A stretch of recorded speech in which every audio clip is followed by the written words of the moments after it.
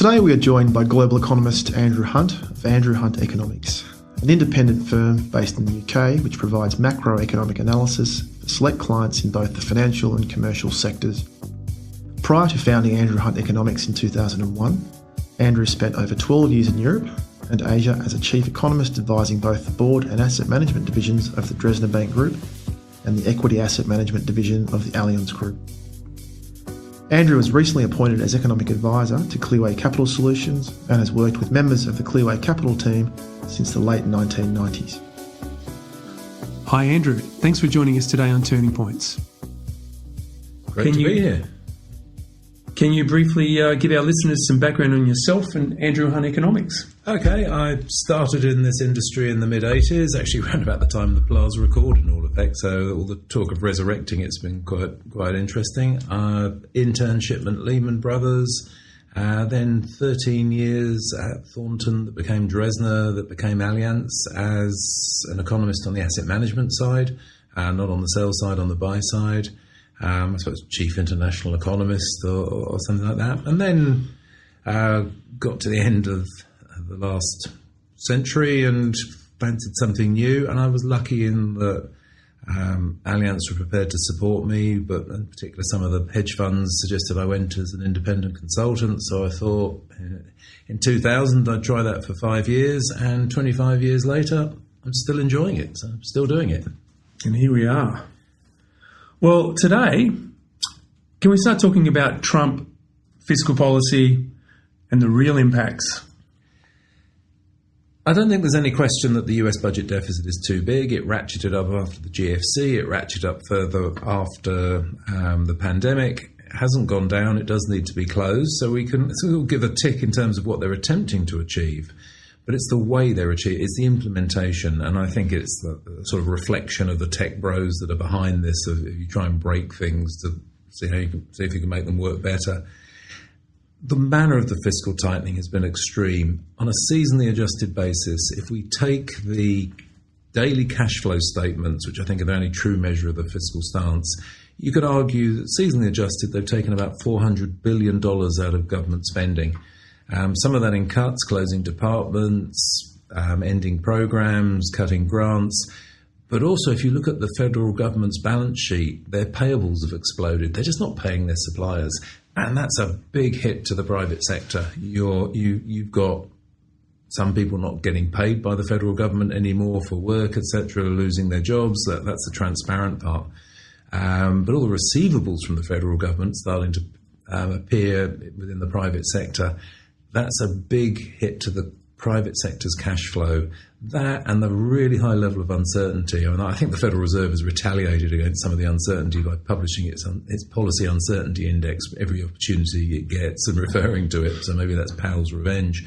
But that uncertainty that makes it impossible to do corporate planning, plus the hit to the private sector's incomes and most of all its cash flow from the fiscal tightening, is why retail sales have fallen off the proverbial cliff. I think a lot of people are just suspended spending. Very true in the corporate sector. How do you manage your supply lines in this? So this fiscal tightening is driving the US towards a recession. That being said, as I'm looking at those daily cash flow numbers, the last 3 weeks, it does look like Doge has lost momentum. Obviously, the courts have intervened, and perhaps they've done the low-hanging fruit with the fiscal tightening.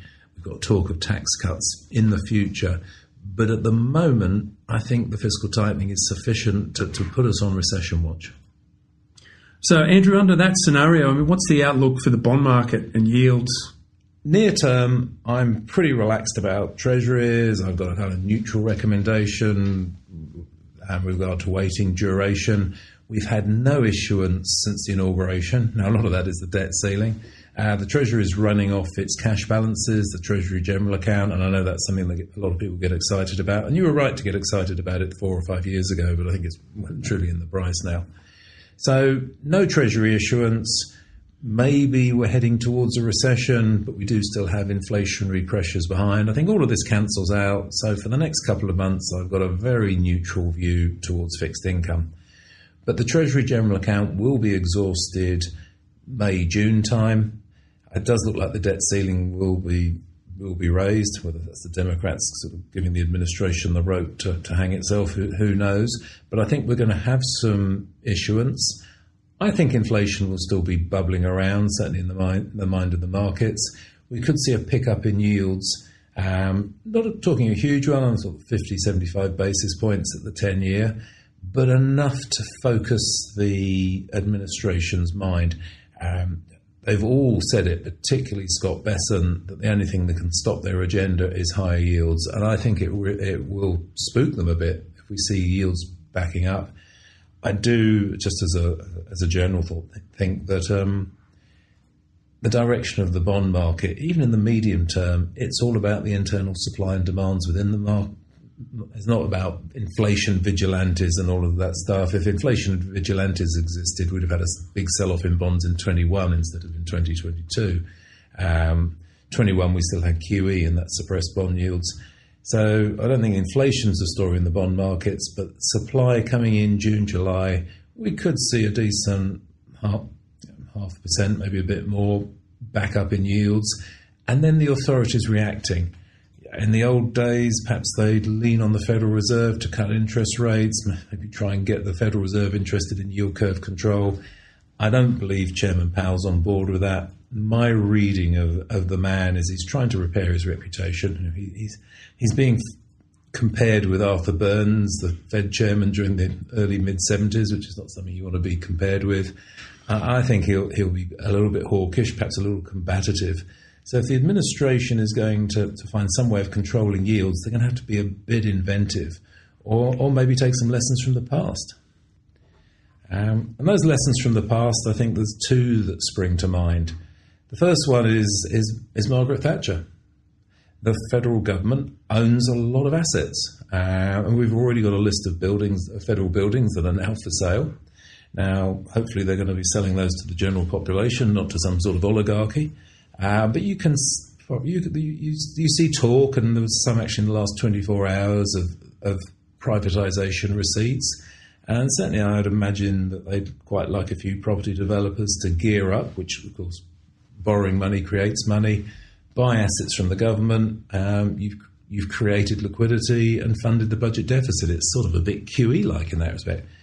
But the thing that really interests me is resurrecting John Law's scheme from the early 18th century, where you gear up into a financial asset. And in this case, I'm thinking of the crypto markets. So the SEC launching Crypto 2.0 that now allows companies such as Coinbase to offer leverage to their clients. So you can pledge your crypto assets as collateral, lever up, buy more crypto assets. Now, if they can succeed in building the cryptoverse, then the stable coins, I think, will become much more significant. And just this week, we've seen Fidelity launching a stable coin, announcing they're going to launch a stable coin. Somebody affiliated to Mr. Trump has announced one as well. And the stable coins are important. The stable coins are the liability of the issuer. That has to, of course, be an asset. And half, sometimes 2/3, 3/4 of the assets tend to be treasury bills. Now, a year or two ago, when the stable coins were 10, 20, 30 billion assets under management, a little bit of demand for treasury bills, but who really noticed? They're now up to $250 billion. So that's quite a big demand for treasury bills. If they start to get $1 trillion or $2 trillion assets under management in an expansion of the cryptoverse, then you're funding half the budget deficit, maybe 2/3 of the budget deficit from these people. And I think this is what's behind Scott Bessent's rather dramatic U-turn. Before the election, he was very, very critical of Yellen's policy of only issuing bills. They went to great lengths to say how bad that was and inflationary it was. And then just 3 or 4 weeks ago, he announces that no, the Treasury won't be issuing any coupon. They're only going to issue bills. And actually, just in the last few weeks, we've seen no net debt issuance by the Treasury, but they've redeemed coupon and issued bills. So they're already shortening the duration. I think there's a lot more of that. And to me, that smells like it's aimed at providing bills to the stable coins as a new way of monetizing the deficit. Because obviously if people are borrowing money to buy crypto and that money ends up in the stable coins and then given to the government, it's a QE-like event. I happen to think this is a resurrection of John Law's Mississippi bubble, which ultimately was destabilising and inflationary. And I do think a monetised budget deficit will be inflationary on a 2-year view. But in the near term, so perhaps the second half of this year, it takes away the need to issue coupon. Good news for the long end of the curve. We could see a rally, and we'd see liquidity, which could be quite potent in a financial market sense, in that it could give us another leg to this seemingly never-ending financialization credit boom that we've seen in the US. What people tend to call US exceptionalism really is just a credit boom, and it could give them another leg using crypto as collateral. So, Andrew, does that mean that the US is going to outperform in risk assets? I think that if we have that crypto/privatization wave of liquidity, it can perform well for a period of time in absolute terms. I am tempted to think it'll actually underperform, because the other big theme that we're working on at the moment is the repatriation theme. If we wind the clock back literally to the start of my career and endless job interviews talking about the Plaza Accord, I believe that mid-80s deregulation and the Plaza Accord created a 40-year exponential expansion of capital flows that touched all of our lives. It funded Australian mortgages, it allowed countries to run current account deficits, and you could talk for hours on that. But crucially, it meant that you were taking the savings from, should we say, the stodgy countries that weren't growing, Japan, Germany, Switzerland, giving them primarily to the US, to the extent the UK and some of the other Anglo-Saxon countries. And those countries would spend that money, consumers would spend it, governments would spend it, so they had faster growth, they had better earnings growth, there was money flowing from the savers to in a sense, the borrowers. So the borrowers had their markets re-rated because they had the growth and the funds flow. And that was the model that existed from 1985 to 2025. It's amazing how these things seem to last about 40 years. I think we can argue that Trump is breaking that world. It wasn't a perfect world. It's given us all the structural problems, lack of productivity growth, lack of real wage growth in the median household. So he's perhaps right to question it, or maybe right to break it. But I think by taxing coupon payments on Chinese holders of treasury bonds, kind of the capital controls that have sneaked in the executive orders. The America First investment bill has all sorts of things in it. Talk of cramming your allies into treasury bonds as payment for defense, forcibly restructuring treasury holdings and other exposure for countries you're not getting on with. I think all of this is starting to create a repatriation cycle where we unwind the capital flows. I think that's why the Aussie dollar's been a bit soft of late, is the US banks have been repatriating funding that they were giving the Aussie banks. We've seen Japanese pension funds quitting the US, returning to JGBs, European insurers. Certainly evidence that the repatriation is taking place. And I think just as a general portfolio view over the next few years, we'll see the savers re-rated as the money returns home, and the borrowers, those countries with a net foreign liabilities position, derated. And the US is at the bottom of that particular heap. It's got an 85% of GDP negative foreign asset position. So they have the most to be derated in that. Now, it's not just a stock adjustment, there's different flow rates. The US tends to have liquid assets abroad and illiquid liabilities at home. People are invested in US PE and US property, whereas the US lends a lot of money that can perhaps be brought back within 24 hours. So makes currencies hard in the short term. But I think ultimately we're going to see Europe, maybe some small caps, some micro themes in Japan, re-rated relative to the US.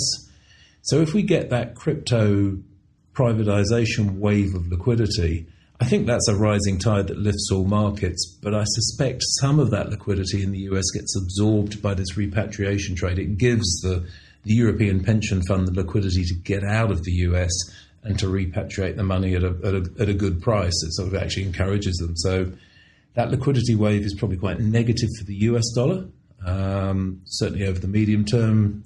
Day to day, I suspect it will be volatile, as these things always are, but ultimately bad news for the dollar.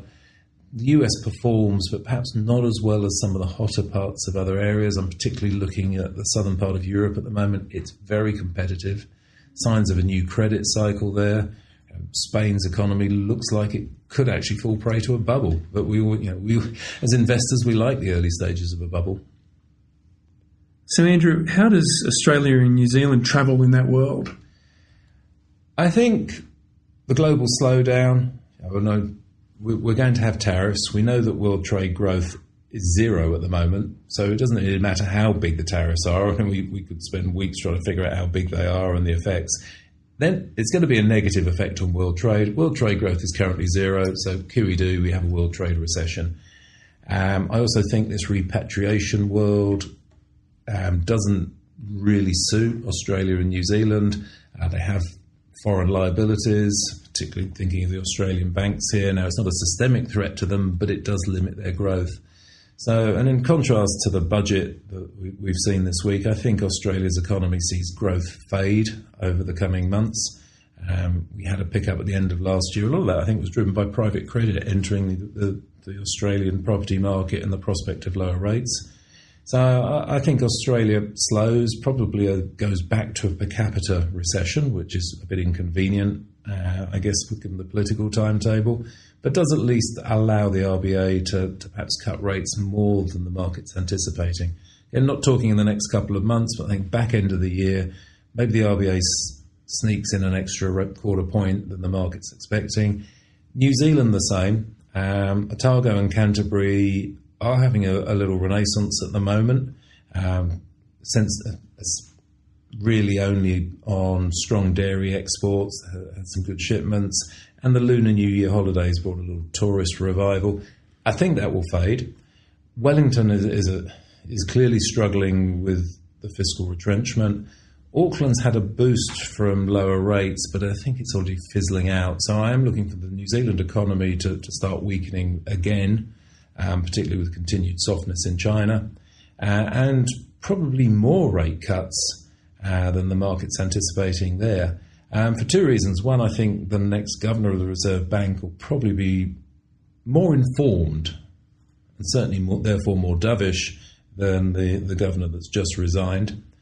So I am looking for quite significant falls in rates there. But the other thing to bear in mind with both Australia and New Zealand is I think quantitative easing is just a dirty word here nowadays. It is associated rightly with the inflation that occurred and some of the problems that have beset, particularly New Zealand post the pandemic, the weak productivity, the bloated state sector. So I don't think those countries will be going back to QE in the way that the European Central Bank already has. The Bank of Japan could well do. I expect it to later in the year. The quantitative tightening won't happen. And the US, we've talked about this crypto privatization liquidity wave. So if you're not going to have an easing in monetary quantities, that puts all of the onus on dealing with the weakness in the economy on the central bank and on interest rates. So that's why I still think there's some value. If you're looking out 9-12 months, I still think there's some value at the short end of the curves here. So, Andrew, in the last couple of points, you've mentioned China a few times. Is China going to recover? Not imminently, and not for the reason. If it does recover, I don't think it'll be for the reasons people expect. Why no recovery in the near term? I think we have to go back to the biggest problem in China is that the assets of the Chinese banking system are 350, maybe 400% of GDP on a consolidated basis. So the banking system is huge. And if its assets are huge, of course, its liabilities are. And I think a rather staggering fact is that although China, let's say for the sake of argument, it's 16% of global GDP, it accounts for more than a third of all bank deposits on the planet. So that banking system is huge. People have had to hold deposits. There's very little portfolio choice. If you're a Chinese saver, you've basically been repressed into bank deposits. And then as a Chinese saver, you look in the newspapers and you see the banks are under pressure because of the losses in the property market. And you think, well, I'm not getting paid anything to keep my money in this bank, and it might go bust and I might lose my money.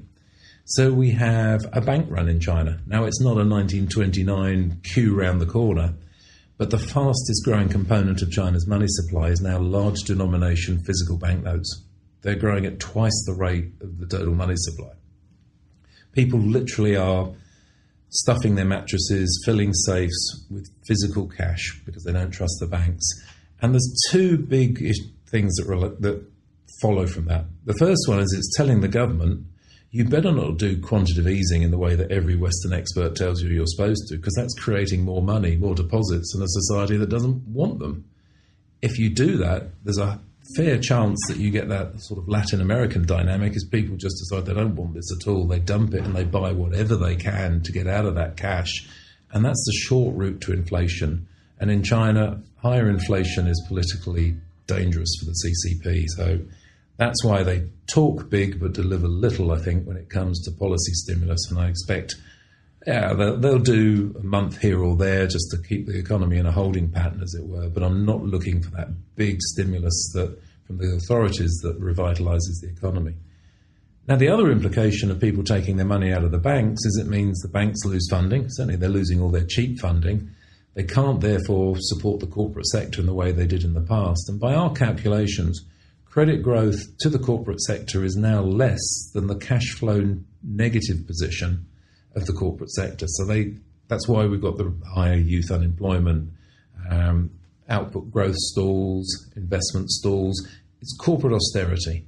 And for as long as that's there, and as long as the banks can't fund the corporate sector, you've got that sort of constant retrenchment, like we saw in Japan in the 1990s. So that pretty much precludes your Chinese economic recovery. You can't really ease when your banking system is broken. The one left field thing that could change China's outlook would be this repatriation trade. Now, by our calculations, Chinese companies have between $3 and $5 trillion of undeclared foreign assets, principally in Sydney, Melbourne, Auckland, West Coast of America, European property markets, but there's perhaps $500 billion in the Cayman Islands in bank accounts, and we traced as much of this as we can. Now, if we got into a world that was so perceived to be so unfriendly to China that money was repatriated, you could see a couple of $1 trillion turn up in China quite quickly. That would be a huge reflationary event, probably inflationary in the longer term. So we would have the US doing not QE, but something that had the same effect. Europe doing what amounts to quantitative easing, perhaps Japan tolerating wage inflation, China inflating as well. That would be a big spike in inflation later this decade, and perhaps we should think about positioning for that over the medium term, more than a year away.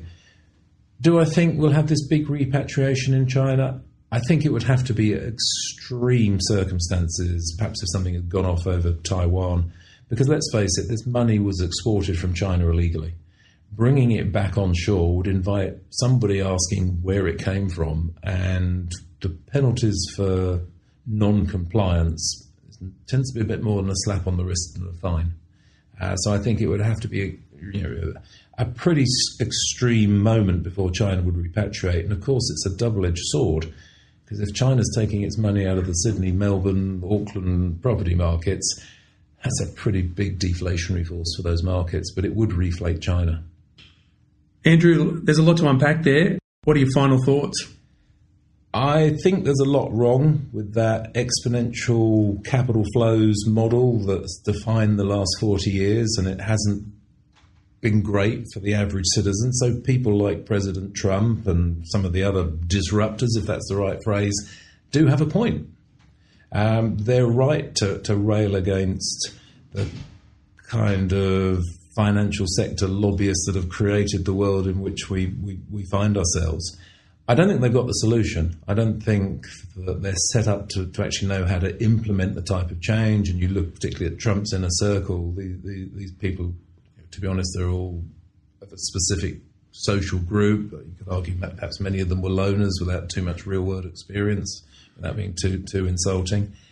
But I think the chaos that they create, bit like the mid-1970s and the disastrous UK governments and perhaps the Carter regime in the US, they make the people with a medium-term plan who can implement longer-term strategies, who understand the problems and actually have some solutions. Maybe they're not economists. Economists are great at coming up with a problem, not so good at coming up with a solution.